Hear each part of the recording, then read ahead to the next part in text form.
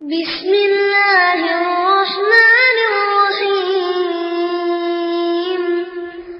إذا جاء نصر الله والفتح أشهد أن لا إله إلا الله وحده لا شريك له وأشهد أن محمدا عبده ورسوله أما بعد أعوذ بالله من الشيطان الرجيم بسم الله الرحمن الرحيم يا أيها الناس اتقوا ربكم الذي خلقكم من نفس واحدة وخلق منها زوجها وبث منهما رجالا كثيرا ونساء واتقوا الله الذي تساءلون به والأرحام إن الله كان عليكم رقيبا يا أيها الذين آمنوا اتقوا الله وقولوا قولا سديدا يصلح لكم أعمالكم ويغفر لكم ذنوبكم ومن يطع الله ورسوله فقد فاز فوزا عظيما يا أيها الذين آمنوا اتقوا الله حق تقاته ولا تموتن إلا وأنتم مسلمون اللهم صل على محمد وعلى آل محمد كما صليت على إبراهيم وعلى آل إبراهيم إنك حميد مجيد اللهم بارك على محمد وعلى آل محمد كما باركت على إبراهيم وعلى آل إبراهيم إنك حميد مجيد.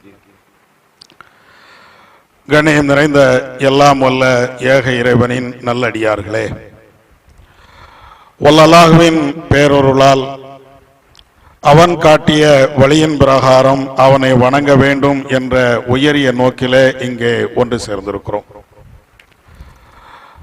எல்லாம் வல்ல ஏக இறைவன் எனக்கும் உங்களுக்கும் நேரான வழியையும் அருளையும் தந்தல்வானாக என்ற பிரார்த்தனையோடு என்னுடைய இந்த உரையை நான் ஆரம்பம் செய்கிறேன். அன்பு மிகுந்த சகோதரர்களே, நம்முடைய ஜமாத்தின் சார்பிலே தாவா பணிகளை, இறை பணிகளை வீரியப்படுத்த வேண்டும் என்ற உயரிய நோக்கிலே ஒவ்வொரு காலகட்டத்திலேயும் காலத்திற்கு தேவைக்கு ஏற்ப பல செயல் திட்டங்களை அறிவித்து செயல்பட்டு வருகிறது. ஒரு நேரத்திலே இணை வைப்பு என்ற இந்த பாவம் இஸ்லாமியரிடத்தில் கூடிப்போய் கொண்டே இருக்கிறது. அதை ஒழித்து கட்ட வேண்டும் என்பதற்காக ஷிர்க் ஒழிப்பு என்ற அந்த செயல் திட்டத்தை கையில் எடுத்து பிரச்சாரம் செய்தோம். பிதாத்துகள், அனாச்சாரங்கள், மூட பழக்க வழக்கங்கள் இவைகளையெல்லாம் ஒழிக்க வேண்டும் என்பதற்காக பிதாத்து ஒழிப்பு என்ற ஒரு செயல் திட்டத்தை எல்லாம் செயல்படுத்தி மக்களுக்கு மத்தியிலே விழிப்புணர்வு பிரச்சாரம் செய்தோம். திருக்குர்ஆனை மக்களுக்கு மத்தியிலே கொண்டு சேர்க்கக்கூடிய விதத்திலே திருக்குர்ஆன் என்ற தலைப்பிலே செயல் திட்டத்தை அறிவித்திருந்தோம். இப்படி ஏராளமான செயல் திட்டங்கள். அந்த வரிசையிலே இப்பொழுது அண்ணல் நபியே அழகிய முன்மாதிரி என்ற ஒரு செயல் திட்டத்தை நம்முடைய ஜமாத்து கையில் எடுத்து இந்த ஏப்ரல் மாதத்திலே அதனுடைய உள் தலைப்பாக அண்ணலாரின் ஆட்சி முறை என்ற ஒரு தலைப்பையும் எடுத்து வெகுஜன மக்களிடத்திலே நபி அவர்களுடைய ஆட்சி முறைகள் எப்படியெல்லாம் இருந்தது, இன்றைக்கு உலகத்தில் இருக்கக்கூடிய ஆட்சியாளர்கள் எப்படியெல்லாம் ஆட்சி செய்கிறார்கள், ஒரு சிறந்த ஆட்சி என்றால் அது எப்படி இருக்க வேண்டும் என்பதையெல்லாம் மக்களுக்கு மத்தியிலே விழிப்புணர்வாக கொண்டு செல்ல வேண்டும் என்பதற்காக இந்த தலைப்பும் இந்த மாதத்தில் தொடராக பிரச்சாரத்திற்காக எடுத்துக்கொள்ளப்பட்டு இருக்கிறது. அண்ணலாரின் ஆட்சி முறை என்று சொன்னால் முஸ்லிம்களாக இருக்கக்கூடிய நாம் ஒவ்வொருவருமே கண்ணை மூடிக்கொண்டு ரசூலுல்லாஹ்வுடைய ஆட்சி தான் சிறந்த ஒரு ஆட்சி என்று சொல்லிவிடுவோம். காரணம், அல்லாஹ்வுடைய தூதரை நாம் நம்புகிறோம், இஸ்லாத்தில் நாம் வாழுகிறோம். யார் இந்த ரசூலுல்லாஹ்வை குறை சொல்லி இருந்தாலும், அவருடைய ஆட்சியை விமர்சனம் செய்து இருந்தாலும், இல்லை இல்லை எங்களுடைய தூதர் சரியான முறையில் தான் ஆட்சி செய்திருக்கிறார் என்று மேலோட்டமாக நாம் பேசுவோம். இது ஒரு கண்ணோட்டத்தில் சரியாக இருந்தாலும் கூட ஒரு அறிவாளி பேசுகின்ற பேச்சாக அது இருக்காது. ரசூலுல்லாஹ்வை நாம் நம்பிவிட்டோம் என்பதற்காக ரசூலுல்லாஹ்வுடைய ஆட்சி சரி என்று சொல்லுவதை விட எந்த அடிப்படையில் சரி, எந்த அடிப்படையில் அவருடைய ஆட்சி சிறந்ததான ஒரு ஆட்சி, இதையும் அறிவுபூர்வமாகவும் மார்க்க நெறிகளுக்கு உட்பட்டும் நாம பேசத்தான வேணும்.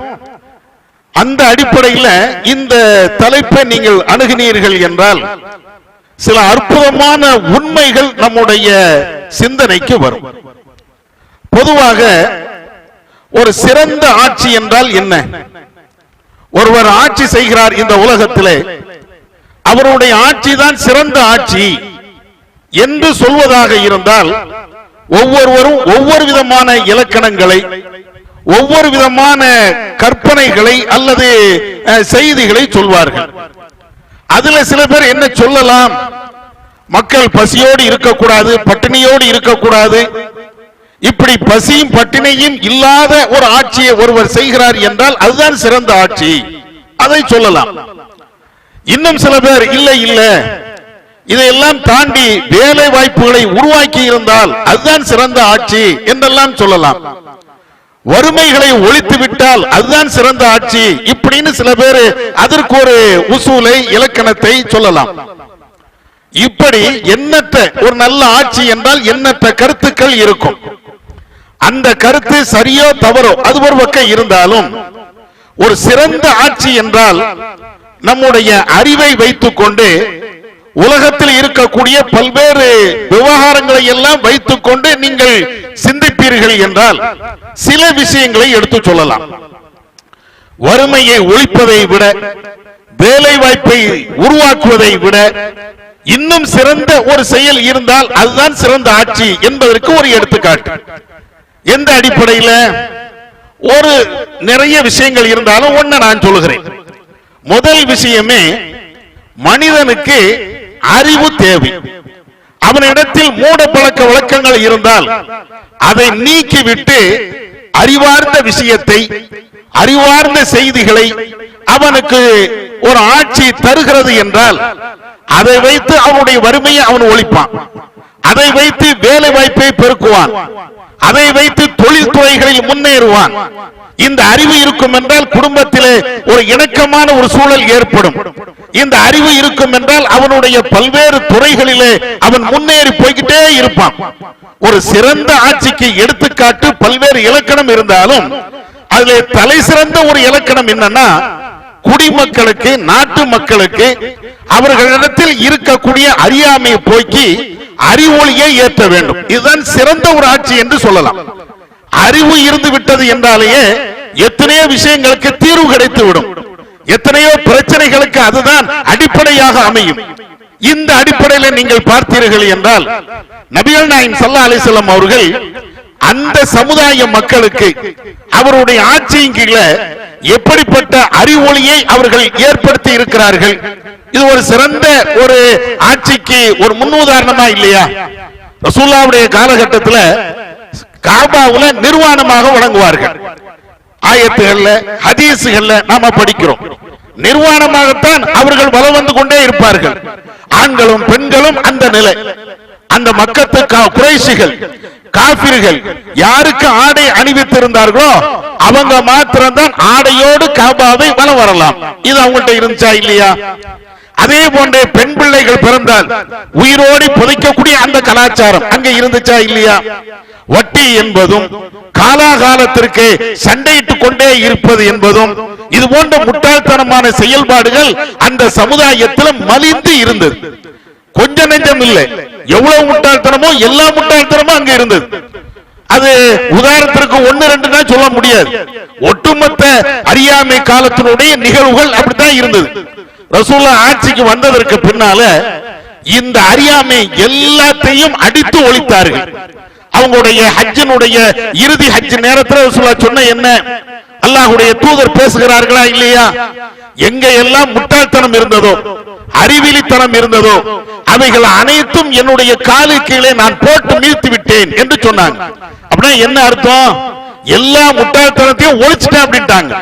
அறிவு மாத்திரம்தான், சிந்தனை மாத்திரம்தான் இந்த மக்களுக்கு மத்தியிலே இப்பொழுது மேன்மையாக இருந்தது என்று ரசூலுல்லாஹ்வுடைய அந்த செய்திகளில் இருந்து நாம புரியலாம். அப்ப ரசூலுல்லாஹ் இந்த அறிவை கூட்டுவதற்கு, அறிவார்ந்த ஒரு சமுதாயத்தை உருவாக்குவதற்கு பல்வேறு விதமான செயல் திட்டங்களை கொண்டு வந்தாங்க. அவங்களுடைய ஆட்சியில அறிவுக்கு அவ்வளவு முக்கியத்துவம் கொடுத்திருந்தாங்க. முதல்ல ஒரு மனுஷனுடைய யதார்த்தம் என்ன தெரியுமா? இப்ப நாம எல்லாம் பெரிய அறிவாளி நினைச்சிட்டு இருப்போம். ஒருவர் தொழில் பண்ணுகிறார் என்றால் அதிலே நான் பெரிய அறிவாளி. ஒருவர் டாக்டர் படித்து விட்டார் என்றால் நான் பெரிய அறிவாளி. இன்ஜினியர் படித்து விட்டார் என்றால் நான் பெரிய அறிவாளி. ஒரு தர்க்க வாதத்தை படித்து விட்டார் என்றால் நான் பெரிய அறிவாளி. எல்லாம் நமக்கு நாமே பட்டம் சுட்டிக்கிட்டே இருக்கிறோம். நான் அறிவாளி, இவர் அறிவாளி, அவர் அறிவாளி. உலகத்துல ஜீனியஸ் நிறைய பேர் இருக்கிறாங்க, எல்லாரும் சொல்றோம். ஆனா உண்மையிலேயே மனுஷனுடைய யதார்த்தம் என்ன தெரியுமா? நீங்களா இருந்தாலும் நானா இருந்தாலும் என் பெற்றோர்களா இருந்தாலும் உலகத்தில் பிறந்த அத்தனை மனிதர்களாக இருந்தாலும் நபிமார்களாக இருந்தாலும் ஒரு மனுஷனுடைய யதார்த்தம் என்ன தெரியுமா? ஒரிஜினல் முட்டாள். ஒரு மனுஷன் பிறக்கும் போது அறிவாளியா பிறக்கிறது இல்லையா? ஒரு மனுஷன் பிறக்கும் போது முட்டாளாகத்தான் பிறக்கிறான். இது நான் சொல்லல, திருமறை குர்ஆன்ல அல்லாஹ் சொல்லி காட்டுகிறான். உங்களுடைய பெற்றோருடைய தாயினுடைய வயிற்றிலே இருந்து உங்களை நாம் வெளியேற்றுகிறோம். எப்படி வெளியேற்றுகிறோம்? இது அஹ்ரஜக்கும் வல்லாஹு அஹ்ரஜக்கும் மின் புத்தூனி உம்மஹாத்திக்கும் லா தஅலமூன ஷைஆ. உங்களுடைய தாயினுடைய வயிற்றிலே இருந்து உங்களை அப்படியே வெளியில கொண்டு வரோம், குழந்தையாக வெளியில கொண்டு வரோம். இப்படி குழந்தையாக வெளியில கொண்டு வருகின்ற அந்த நேரத்தில் உங்களுக்கு எதுவுமே தெரியாது. லா தஅலமூன ஷைஆ, உங்களுக்கு எந்த விஷயமும் தெரியாது. அதற்கு பின்னால வஜஅல லக்குமுஸ் ஸம்அ வல் அப்சார வல் அஃபீதா, உங்களுக்கு அல்லாஹ் பார்வையையும் காது செவிப்புலனையும் சிந்திக்கக்கூடிய உள்ளத்தையும் அவன் அதற்கு பின்னால் தருகிறான். எதுக்கு தெரியுமா? லஅல்லக்கும் தஷ்குரூன், நீங்கள் இறைவனுக்கு நன்றி செலுத்த வேண்டும் என்று இறைவன் இந்த வசனத்தில் சொல்லி காட்டுகிறான். அடிப்படை விஷயம் என்ன? ஒரு மனுஷன் தாயினுடைய வயிற்றில இருந்து வெளியே வருகின்ற அந்த நேரத்தில் முட்டாளாக தான் வருகிறான். முட்டாள் என்றால் என்ன அர்த்தம்? எந்த அறிவும் இல்லை, எதை பற்றியும் அவனுக்கு தெரியாது. ஒரு குழந்தை தாயினுடைய வயிற்றில் இருந்து வெளியே வருகின்ற பொழுது எல்லாத்தையும் படிச்சுக்கிட்டா வருது. டாக்டராக பின்னால் ஆகுவான். இந்த டாக்டர் படிப்பு தாயினுடைய வயிற்றில் இருக்கும் போது படிச்ச விஷயமா? இன்ஜினியர் பின்னால படிச்சிருப்பான், பெரிய பெரிய துறைகள்ல விற்பனராக இருந்திருப்பான். அது எல்லாம் உலகத்துக்கு வந்ததற்கு பின்னால படிச்சது. தாயினுடைய வயிற்றில இருந்து இவன் என்ன படிச்சிருப்பான்? ஒண்ணுமே படிச்சிருக்க கிடையாது. இன்னும் சொல்ல போனால் ஒரு கம்ப்யூட்டர் இருக்குன்னு வைங்களேன், அந்த கம்ப்யூட்டர்ல சாப்ட்வேர் உள்ள ஏத்துறதுக்கு முன்னாடி எந்த செய்திகளையும் உள்ள போடுவதற்கு முன்னாடி அது எப்படி இருக்குமோ அதே மாதிரிதான் மனுஷன். அதே மாதிரிதான் மனுஷன் நம்முடைய தாயுடைய வயிற்றுல இருக்கிறோம். எந்த சிந்தனையும் கிடையாது, எந்த செய்தியும் அதுல கிடையாது, வெளியில அப்படியே வந்துடுறோம். ஒரு பேச்சுக்கு தாயினுடைய வயிற்றுல இருந்து வருகின்ற பொழுது நம்ம அறிவாளியாக இருந்தோன்னு வைங்களேன், வந்துருவோமா வெளியே? தாயினுடைய வயிற்றுல இருந்து வெளியே வர முடியுமா? அங்க இருக்கக்கூடிய அவ்வளவு துர்நாற்றங்கள், ஒரு கெட்ட நீர், அதுல உள்ளதான அப்படியே கடந்தோம். அந்த வரக்கூடிய பாதை, வரக்கூடிய வழி, இது எல்லாத்தையும் நீங்க யோசிச்சு பாருங்க. நமக்கு அங்க அறிவு இருந்ததுன்னு வைங்களேன், தாயினுடைய வயிற்றை கிழிச்சிருக்க மாட்டோமா?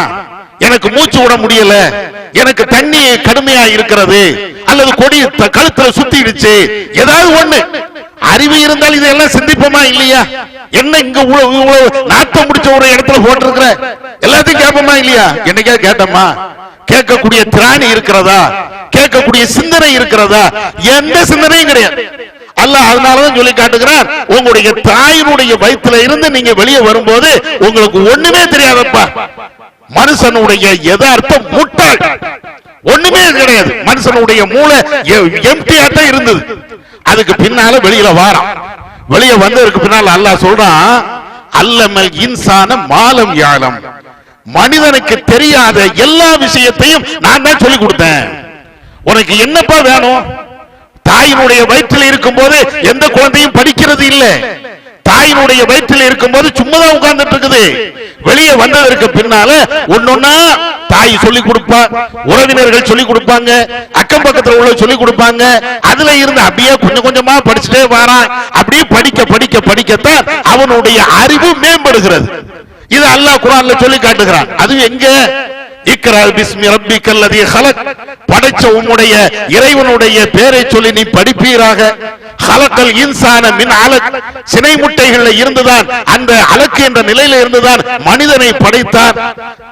அல்லமல் இன்சான மாலம் யாலம், அந்த இடத்துலதான் அல்லாஹ் சொல்றான், எப்ப மனுஷனை நீ முதல்ல படி, அல்லாஹ்னா யார் என்று நீ படி, இறைவன் உன்னை எப்படி படைத்தான் என்பதை நீ படி, உன்னுடைய ஆரம்பத்தினுடைய நிலை என்ன அதை நீ படி, எல்லாத்தையும் நீ படி அப்படின்னு சொல்லிட்டு தான் மனிதனுக்கு தெரியாத, மனிதனுக்கு புரியாத பல்வேறு விஷயங்களை நான் சொல்லிக் கொடுத்தேன்.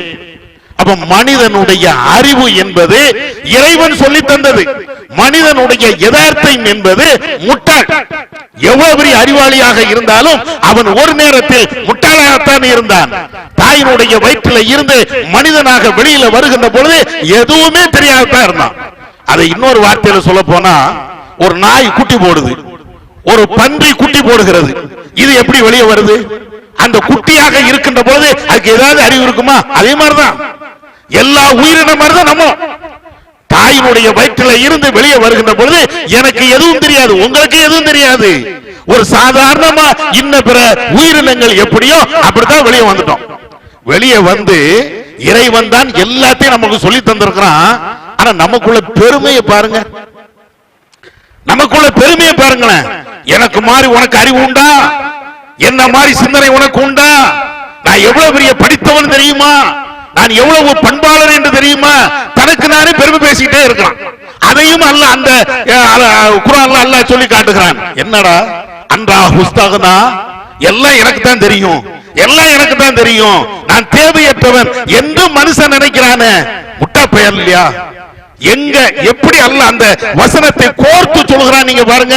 முட்டாளாக வெளியே வந்தாங்கிறான், நான் தான் எல்லாத்தையும் சொல்லி தந்தாங்கிறான். எல்லாத்தையும் சொல்லி தந்து ஏன்ட்ட இருந்து கடனாக அறிவை பெற்ற நீ எப்படி மாறிவிட்டாய் என்றால், என்னமோ எல்லாம் உனக்கு தெரியும், எல்லாம் நீனா கண்டுபிடிச்ச மாதிரி, எல்லாம் நீனா உருவாக்கிக்கிட்ட மாதிரி, எல்லா அறிவும் நீனா தெரிஞ்சுக்கிட்ட மாதிரி, கடவுள்கிட்ட இருந்து எதுவுமே வராத மாதிரி நீ பேசுறியப்பா. இறைவன் இவ்வளவும் சொல்லி தருகிறான். நமக்கு தேவையான விஷயம் என்னன்னா, மனுஷனுடைய யதார்த்தம் முட்டாள்தனம். முதல்ல அதை ஏத்துக்கிடுங்க. நானா இருந்தாலும் நீங்களா இருந்தாலும் ஆமாப்பா. இன்னும் சொல்ல போனா நம்மள சில பேர் திட்டுவாங்களா இல்லையா, ஏன் முட்டாள்? யதார்த்தம் அதுதான், யதார்த்தம் முட்டாள். அறிவு இல்ல, அறிவை வளர்த்துக்க, அறிவை வளர்த்துக்க. இதனாலதான் இஸ்லாம் எல்லா இடத்திலையும் முதல்ல உன்னுடைய அறிவை வள. அதனால அல்லாஹ் அப்படி சொல்லி காட்டுகிறான், இக்ரா பிஸ்மி ரப்பிக்கல்லதி ஹலக், படைச்ச இறைவனுடைய பெயரை சொல்லி நீ படி. உன்னுடைய அறிவை வளர்க்க வேண்டும் என்றால் நீ படிக்கணும். படிப்புனா எழுத்தறிவு மட்டும் இல்ல, ஸ்கூல்ல போய் படிக்கிறது மட்டும் இல்ல, சயின்ஸ படிக்கிறது மட்டும் இல்ல, எல்லாத்தையும் படி. உன் தாய்கிட்ட இருந்து படி, தந்தைகிட்ட இருந்து படி, அண்ணன்கிட்ட இருந்து படி, தம்பிகிட்ட இருந்து படி, நண்பர்கள்ட்ட இருந்து படி. எல்லாத்தையும் என்னென்ன அறிவு இருக்கிறதோ, நன்மையான செய்திகள் இருக்கிறதோ எல்லாத்தையும் படியப்பா. உலகத்துக்கு வந்துதான் நீ படிக்கணும். உலகத்துக்கு வருவதற்கு முன்னால உன்னால படிக்கவே முடியாது, நீ முட்டாள்தான். இவ்வளவும் அல்லாஹ் சொல்லி படிங்கிறான். இப்ப இந்த அடிப்படையான இந்த அறிவை யாரு தரணும்? ஒரு அரசாங்கம் தர வேண்டிய பொறுப்பு இருக்கா இல்லையா? ரசூலுல்லாஹ் எவ்வளவு அழகாக இந்த அறிவார்ந்த ஒரு சமுதாயத்தை அவங்களுடைய ஆட்சியில உருவாக்குனாங்க அப்படிங்க. நீங்க பாருங்க, நபிகள் நாயகம் ஸல்லல்லாஹு அலைஹி வஸல்லம் அவர்கள் அவங்க வீட்டுல அவங்களுடைய மகன் இறந்துட்டாங்க, இப்ராஹிம். இறந்தாச்சுன்னா அந்த நேரத்தில் தான் கடுமையான ஒரு சூரிய கிரகணம் ஏற்படுகிறது. பகலெல்லாம் நல்ல வெளிச்சம் இருந்துகிட்டே இருக்கிறது, திடீர்னு சூரியன் மறைஞ்சிருது. மறைஞ்சதுன்னா அந்தி சாயவில்லை. இந்த கிரகணத்தினால சூரியன் பார்வைக்கு தெரியல. சஹாபாக்கள் என்ன சொல்லிட்டாங்க? தோழர்களே, ரசூலுல்லாஹ்வுடைய மகன் இறந்து விட்டான், ரசூலுல்லாஹ்வுடைய பிள்ளை இறந்ததின் காரணத்தினாலதான் சூரியனுக்கே பொறுக்கல, சூரியன் உடனே மறைஞ்சிருச்சு. நம்மளும் அப்படித்தானே பேசுவோம். ஒரு கல் தட்டிடுச்சுன்னு வைங்களேன், வேணும் இவனுக்கு தட்டத்தான் வேணும். ஏன் நேத்து எப்படி நடந்தான் தெரியுமா? இதான் முட்டாள்தனம். இது அடே கல்லு தட்டி விட்டது என்றால், கீழே விழுந்து விட்டது என்றால் அதுக்கு 1000 காரணங்கள் இருக்கலாம். என்னமோ நேத்து அவன் செஞ்சதுக்கு தான் இன்னைக்கு பரிகாரம் உனக்கு என்ன வகையா வந்துச்சு? ஒருத்தன் கீழே விழுந்துட்டான், ஒருத்தனுக்கு மௌத்து வந்துருச்சு, ஒருத்தனுக்கு நோய் வந்துருச்சு. எல்லாரும் எடுத்த உடனே என்ன சொல்லுவான்? ஆமா நேத்து அப்படி நடந்தான்ல, இன்னைக்கு இப்படி நடந்தான்ல, அல்லாஹ் என்ன பாத்துக்கிட்டா இருப்பான், கொடுத்துருவான்ல கூலிய. என்னமோ அல்லாஹ்ட்ட இருந்து இவன் நேரடியா வஹி வந்த மாதிரி பேசிட்டு இருப்பான். இதைதான் அன்னைக்கு சஹாபாக்கள் பேசுறாங்க, முட்டாள்தனமா பேசுறாங்க. சஹாபாக்கள் அப்படி பேசுறாங்க. ரசூலுல்லாஹ்வுடைய மகன் இறந்ததனாலதான் இந்த சூரிய கிரகணம் ஏற்பட்டது.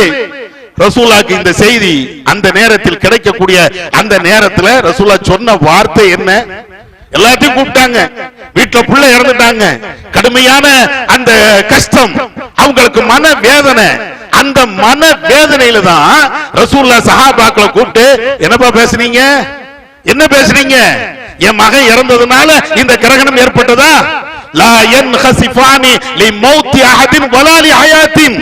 ஒரு மனுஷனுடைய வாழ்க்கைக்கோ ஒரு மனுஷனுடைய இறப்புக்காக வேண்டியோ எந்த கிரகணமும் ஏற்படாது. சூரிய கிரகணம் ஏற்படும், சந்திர கிரகணம் ஏற்படும், சில நேரங்கள்ல இது போன்ற நிகழ்வுகள் நடக்கும். அது ஒரு மனுஷனுடைய வாழ்க்கைக்காக ஒரு மனுஷனுடைய இறப்புக்காக வேண்டி ஏற்படாது அப்படின்னு சொல்லிட்டு ரசூலுல்லாஹ் அந்த இடத்தில் தான் அறிவொளியை ஏற்றி வைக்கிறாங்க. இன்னஹு மின் ஆயத்தின் மின் ஆயாத்தில்லாஹ். இந்த கிரகணம் என்பது என் புள்ள இறந்ததுனால இல்லப்பா, இது அல்லாஹ்வுடைய அத்தாட்சி. கடவுள் ஒருத்தன் இருக்கிறான், இறைவன் ஒருத்தன் இருக்கிறான், அவன் இருக்கிறான் என்பதை நீ நம்பணும்.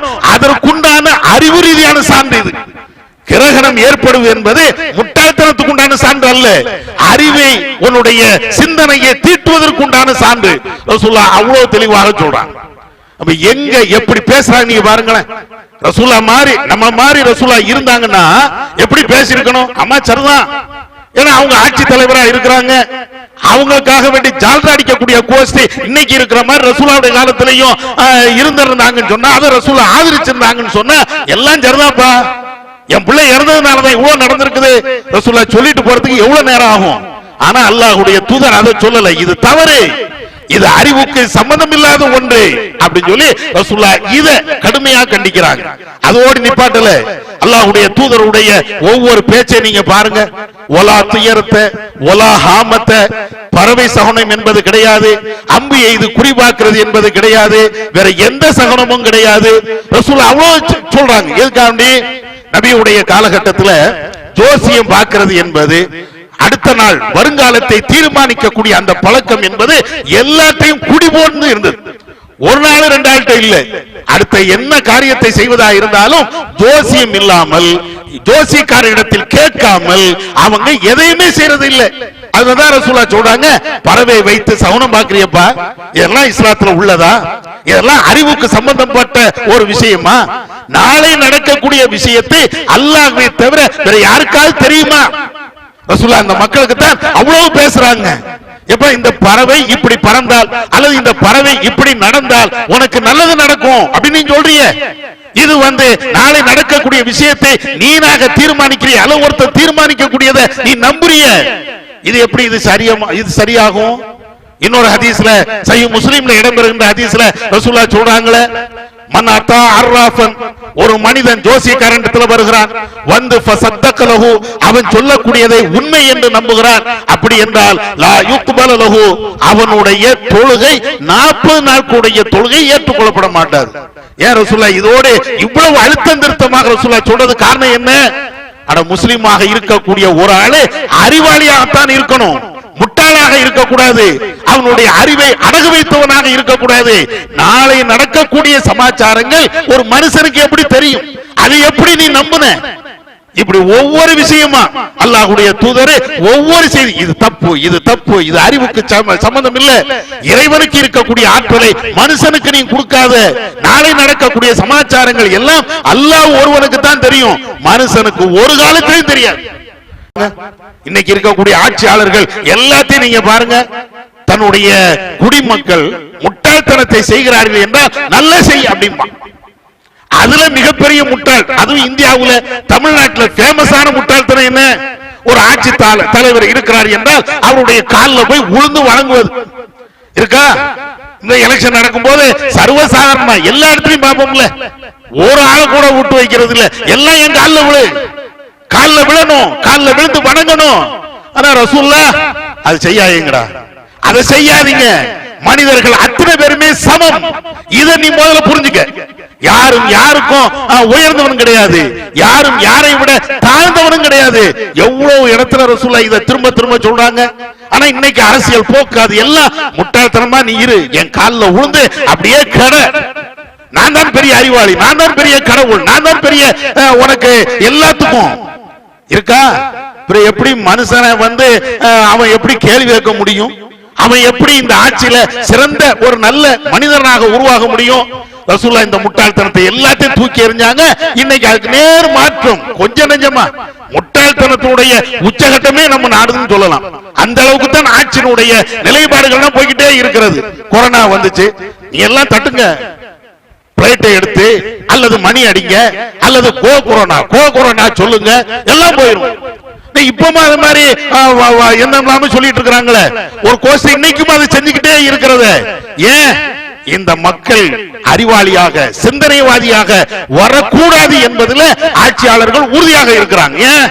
சிந்திச்சுட்டா இவன் ஆட்சியில் இருக்க முடியாது. அதுக்காக வேண்டி நீ முட்டாளாகு, இன்னும் முட்டாளாகு, இன்னும் முட்டாளாகு, எவ்வளவு தூரத்துக்கு முட்டாளாகிறியோ அவ்வளவு கவனம் நல்லது அப்படின்னு சொல்லி எல்லாத்தையும் முட்டாளாக்குறான். இதுக்கு நேர் மாற்றமா ரசூலுல்லாஹ் யார் யாரெல்லாம் முட்டாளாக இருந்தார்களோ, யார் யாரெல்லாம் அறிவிலித்தனமான செயல்களை செய்தார்களோ அத்தனை பேரையும் கூப்பிட்டேப்பா, இதுக்கும் அறிவுக்கும் சம்பந்தம் இல்ல, இதற்கும் இஸ்லாத்துக்கும் சம்பந்தம் இல்ல, இதற்கும் பகுத்தறிவுக்கும் சம்பந்தமே இல்ல, இதெல்லாம் இப்படி நீ கடைபிடிக்கிற, நீ முதல்ல அறிவாளியாக மாறு. எந்த மனுஷனும் இன்னொரு மனுஷனை விட உயர்ந்தவன் கிடையாது. எல்லாத்தையும் திரும்ப திரும்ப திரும்ப சொல்லி அறிவார்ந்த ஒரு சமுதாயத்தை உருவாக்கினாங்க. அறிவார்ந்த ஒரு சமுதாயத்தை உருவாக்குவது என்பது இதுதான் சிறந்த ஆட்சி. முட்டாளாக வைத்திருப்பது என்பது சிறந்த ஆட்சி கிடையாது. நான் ஏற்கனவே சொன்ன மாதிரி அறிவார்ந்த சமுதாயத்தை அவர்கள் உருவாக்கி இருந்தார்கள் என்றால் அவங்களுக்கு உழைக்க சொல்லி கொடுக்கணும் அவசியம் இல்லை. ரசூலுல்லாஹ்வுடைய ஹதீஸை நீங்க பாருங்க. யாருக்காவது ரசூலுல்லாஹ் உழைப்பினுடைய பெருமையை ரசூலுல்லாஹ் நிறைய சொல்லுவாங்க. உழைத்து வாழு, அடுத்த ஆள்கிட்ட யாசகம் கேட்காத, இப்படி ரசூலுல்லாஹ் நிறைய சொல்லுவாங்க. எத்தனை ஃபேக்டரி ஆரம்பிச்சாங்க ரசூலுல்லாஹ்? ஃபேக்டரியை ஆரம்பிச்சாங்க, பெரிய பெரிய கடைகளை ஆரம்பிச்சாங்களா, பெரிய பெரிய தொழிற்சாலைகளை ஆரம்பிச்சாங்களா? ஒண்ணுமே ஆரம்பிக்கலையே.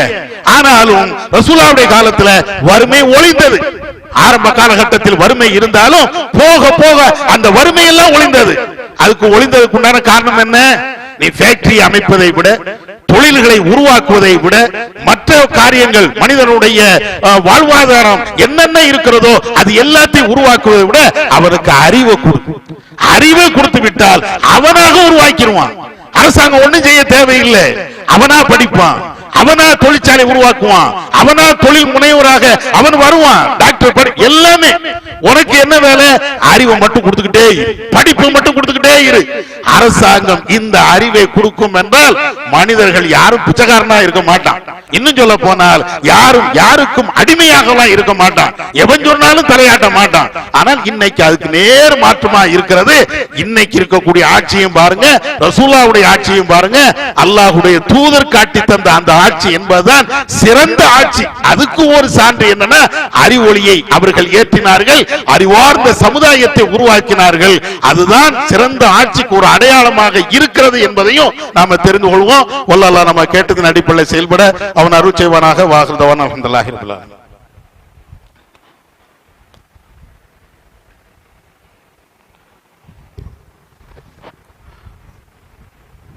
இன்னல் ஹம்தலில்லாஹ் நஹ்மதுஹு வ நுஸல்லி அலா ரசூலில் கரீம்.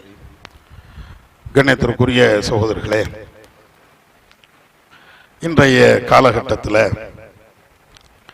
இஸ்லாமிய வெறுப்பு பிரச்சாரம் மிக கடுமையாக நடந்து வருவதை பார்க்கிறோம்.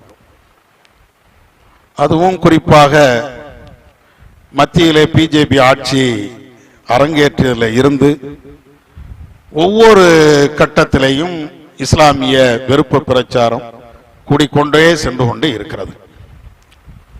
ஒரு நேரத்திலே நமக்கு அது கவலை அளிக்கக்கூடியதாகவும் இருந்தது. இப்பவும் அதே போன்ற ஒரு சிந்தனை இருக்கிறது. இது எங்க கொண்டு போய் விடுமோ? ஏன்னா ஒரே வெறுப்பு பிரச்சாரம், வெறுப்பு செயல்பாடு, முஸ்லிமை கண்டால் அதை செய்யணும் இதை செய்யணும் அப்படிங்கக்கூடிய சிந்தனை மேல்மட்டத்தில் இருந்து, இன்னும் சொல்ல போனால் பிரதமர்ல இருந்து கீழே இருக்கக்கூடிய ஒரு கவுன்சிலர் வரையிலையும் உறுப்பினர்கள் வரையிலையும் இதை செய்யறாங்க. இது கடுமையான கண்டனத்துக்குரிய ஒரு செயலாக இருந்தாலும் இன்னொரு கோணத்திலையும் இந்த செயலை பார்க்க வேண்டிய கடமை நமக்கு இருக்கிறது. எந்த அடிப்படையில்? இந்த இஸ்லாமிய வெறுப்பு பிரச்சாரம் என்பது இந்தியாவில் தோன்றியது அல்ல. இது முழுக்க முழுக்க இஸ்ரேலில் தோன்றிய ஒன்று. இஸ்ரேல் அல்லது யூதர்கள் அவர்களுடைய சிந்தனையில் இருந்து வந்ததுதான். நம்முடைய இந்தியாவை பொறுத்த மட்டில் இங்க இருக்கக்கூடிய ஜேர்னலிசம், அதாவது பத்திரிகை துறை, செய்தி துறைகள் எல்லாமே அவங்களுடைய சிந்தனையின் அடிப்படையில் இந்த ஜேர்னலிசத்தை பத்திரிகை துறையை நடத்துறதே இல்லை, செய்தி சேனல் நடத்துறதே இல்லை. அமெரிக்காவோ அல்லது இஸ்ரேலோ எதை வாந்தி எடுக்கிறார்களோ அதை அப்படியே இங்க வந்து இவங்களும் போட்டுருவாங்க. இதுதான் இவங்களுடைய சொந்த அடிப்படையில் எதையுமே செய்யறதில்லை. அதே மாதிரிதான் இந்த இஸ்லாமிய வெறுப்பு பிரச்சாரம் என்பதும் இந்தியாவில இருந்து வந்ததல்ல, அல்லது பக்கத்து நாடுகளில் இருந்தும் வந்ததல்ல. இது முழுக்க முழுக்க மேலை நாடுகள் என்று சொல்லப்படுகின்ற அந்த யூதர்கள் முதல்ல கண்டுபிடிச்சு அவங்க இறக்கி இங்க விளம்பரம் பண்ணி இருக்கிறாங்க. அதனுடைய விளைவுதான் இன்றைக்கு இப்படி நடந்து கொண்டு இருக்கிறது. இதுக்கு வரலாற்று ரீதியாகவும் சமீபத்தில் இருக்கக்கூடிய செய்திகளையும் நீங்கள் பார்த்தாலேயே இதை நீங்க புரிந்து கொள்ளலாம். வரலாற்று ரீதியாக நீங்கள் பார்த்தீர்கள் என்றால் மூசா நபியுடைய காலகட்டத்தில் இருந்து, ஒவ்வொரு காலகட்டத்திலும் இஸ்லாமிய எதிர்ப்பு இருக்கும். ஆனா மூசா நபியுடைய காலகட்டத்தில் இருந்த எதிர்ப்பு ஒரு வித்தியாசமான எதிர்ப்பு. என்ன எதிர்ப்பு தெரியுமா? அன்றைக்கு இருந்த அந்த மக்கள் மூசா நபியை எதிர்க்கிறதுக்காக வேண்டி இஸ்ரவேலர்கள் செய்த, இஸ்ரவேலர்களுடைய தலைவராக இருந்த ஃபிரௌன் செய்ததெல்லாம் கொலைதான்.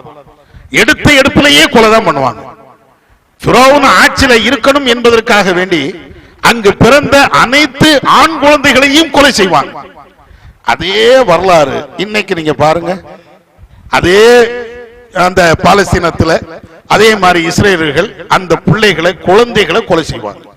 சமீபத்தில் சில வீடியோக்கள்னா சமூக வலைதளத்தில் வந்ததை நீங்க பார்த்திருப்பீங்க. ஏப்பா பிள்ளைகளை கொலை பண்றீங்க? அம்மா அது எனக்கு நல்லா இருக்குது அப்படிங்கிறான். குழந்தைகளை கொலை செய்வது அது எப்படிப்பா சரி அப்படின்னு கேட்கும்போது, ஒரு நிருபர் கேட்கும்போது, அம்மா எனக்கு நல்லா தான் இருக்குது, பிள்ளைகளை கொலை தான் பண்ணணும். இந்த சிந்தனை, அதாவது மோசமான மனித சிந்தனை எல்லாம் தாண்டி மிருகமாக யோசிக்கக்கூடிய இந்த சிந்தனை இருக்கா இல்லையா, இது அங்க இருந்து வந்தது, ஃபிரௌன்ட்ட இருந்து அப்படியே வந்தது. அதனாலதான் இன்றைக்கு உலகத்துல இஸ்ரேலை எதிர்க்கக்கூடிய எந்த ஆட்சியாளராக இருந்தாலும் படுகொலை செய்யப்படுவார்கள். இன்னைக்கு இருக்கக்கூடிய காலகட்டத்தில் நீங்க பாருங்க, கொமேனியா இருக்கட்டும், கொள்கையில அவருக்கும் நமக்கும் வேறுபட்ட கருத்துக்கள் இருக்கு, அது வேற மேட்ரு.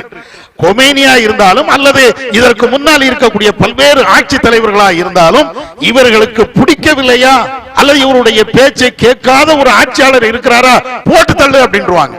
வெளி உலகத்துக்கு தெரியாது. பாகிஸ்தானுடைய தலைவர் இறந்தது, ஏன் ஆப்கானிஸ்தானுடைய தலைவர்கள் இறந்தது, ஈரானுடைய முன்னாள் பிரதமர் இறந்தது, இப்படி நீங்க அந்த வரிசையை நீங்க பார்த்துக்கிட்டே போங்க, எல்லாமே பின்னணி இங்க தான் வரும். அப்ப இந்த கொலை செய்வதற்கு அஞ்ச மாட்டார்கள். அதே போன்று இன்னைக்கும் நீங்க வெப்சைட்ல நீங்க ஆங்கிலம் தெரிஞ்சிருந்தால் வெப்சைட்டை நீங்க பாத்தீங்கன்னா இஸ்லாத்தினுடைய கடுமையாக விமர்சனம் அவங்களுடைய வெப்சைட்டா தான் இருக்கும். குரானை பற்றி, ஹதீஸை பற்றி, ரசூலாவை பற்றி, இந்த ஆயிஷாவெல்லாம் இன்னைக்கு சொல்லுவாங்களா இல்லையா, சிறுமியை திருமணம் பண்ணிட்டாரு, சிறுமியை, இது எல்லாம் இங்க உள்ளது இல்ல, எல்லாம் அங்க உள்ளது. அவன் முதல்ல தூவி விட்டான், ஆயிஷாவை சிறுமியை திருமணம் பண்ணிட்டான். அவன் அதை விட கேடுகட்ட செயலை செய்வான், அது வேற மேட்ரு. யூதர்கள் உலகத்திலேயே மகா பயங்கரவாத செயலும் அவங்க தான் செய்வாங்க, மகா மோசமான கேடுகட்ட செயலையும் அவங்க தான் செய்வாங்க. ஆனால் அதை மறைக்கிறதுக்கு எதை அவங்க ஆதாரமா காட்டுவாங்கன்னா, அவர் அப்படி பண்ணிட்டார், இவர் இப்படி பண்ணிட்டாருன்னு அவங்களுடைய வாதத்தை டைவர்ட் பண்ணுவாங்க. இதுதான் யதார்த்தம். அப்ப இத மாதிரி எல்லா செய்திகளும் நீங்கள் பார்த்தீர்கள் என்றால், மிகப்பெரிய பயங்கரவாதமாக இருந்தாலும் அல்லது செய்தியின் அடிப்படையில் இஸ்லாமிய வெறுப்பு பிரச்சாரமாக இருந்தாலும் எல்லாம் அங்க இருந்து இறக்குமதி ஆகும். அதனாலதான் இங்க இருக்கக்கூடிய சில சங்கிகளும் இப்பவும் இஸ்ரேலுக்கு ஆதரவா பேசுறதுக்கு அதுதான் காரணம். எல்லாம் அங்க இருந்து தான் தீ போடுவாங்க. இதை நாம புரிந்து கொண்டோம் என்றால் தக்க பதிலை நாம சொல்லலாம். ஜனநாயக அடிப்படையில், நம்முடைய கருத்து சுதந்திரம்ங்கிற அடிப்படையில் இதெல்லாம் எங்க இருந்து நீங்க கொண்டு வர, எல்லாம் யூதர்கள். அவங்க எப்படி, குர்ஆன் சொல்லக்கூடிய வரலாறு என்ன, உலகத்தினுடைய வரலாறுகள் என்ன, ஏன் ஹிட்லர் வந்து யூதர்களை கொலை பண்ணா, இப்படி எல்லாத்தையும் சேர்த்து நம்ம பதில் சொல்லணும்னு வைங்களேன், இவங்க வாய் அடிச்சுட்டு போயிடுவான். இவங்களால பதிலாம் சொல்ல முடியாது. ஆயிஷா நாயுடைய விவகாரத்திலேயே என்னப்பா சிறுமியை ரசூலா கல்யாணம் பண்ணிட்டாங்கன்னு பெருசா பேசுறிய, உன் வேதத்துல இல்லையா அப்படின்னு கேட்டா ஒருத்தனும் பதில் சொல்ல மாட்டேங்கிறான். இந்த வேதத்துல இருக்குது. இன்னும் சொல்ல போனா ரிஷிகள் என்று சொல்லக்கூடியவங்க அவங்களெல்லாம் சிறுமிகளை கல்யாணம் பண்ணி இருக்கிறாங்களே அப்படின்னு தக்க ஆதாரத்தோடு பேசும்போது இவங்களுக்கு பதில் தான் சொல்ல முடியாது.